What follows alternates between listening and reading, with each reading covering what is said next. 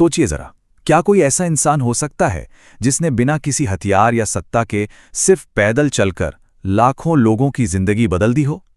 आज हम एक ऐसी ही शख्सियत विनोबा भावे की कहानी को समझने की कोशिश करेंगे, जिनकी शांत क्रांति आज भी एक मिसाल है।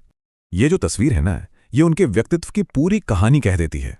उनके बारे में कहा जाता था कि विनोबा आत्मविश्वास के साक्षात अवतार थे। तो आइए जानते हैं कि ये आत्मविश्वास आया कहां से था।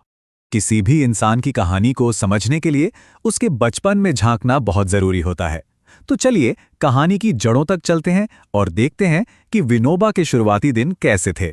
तो महाराष्ट्र के एक छोटे से गांव में जन्मे विनोबा को विरासत में क्या मिला? सादगी और पवित्रता के संस्कार।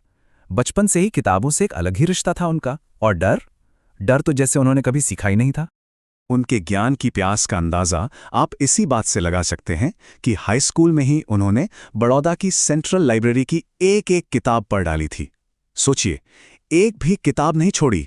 लेकिन इतना सब कुछ पढ़ने के बाद उनका मन इस पारंपरिक पढ़ाई लिखाई से उखड़ने लगा।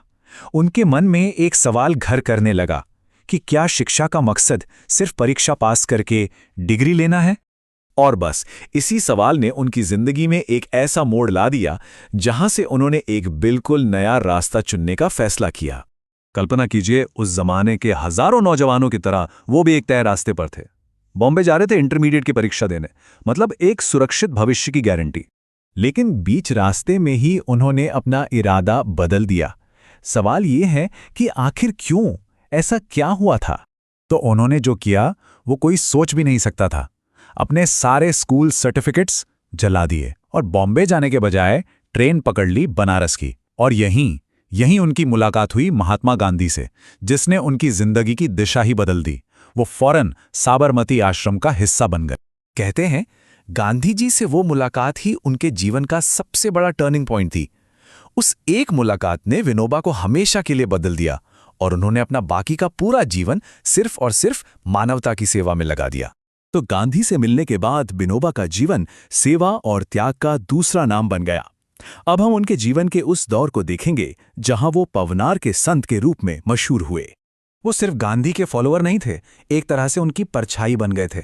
असहयोग आंदोलन हो या सत्याग्रह, आज़ादी की लड़ाई में उन्होंने अपना सब कुछ झोंक दिया और इस वजह से उन्हें कई बार जेल भी जाना पड़ा।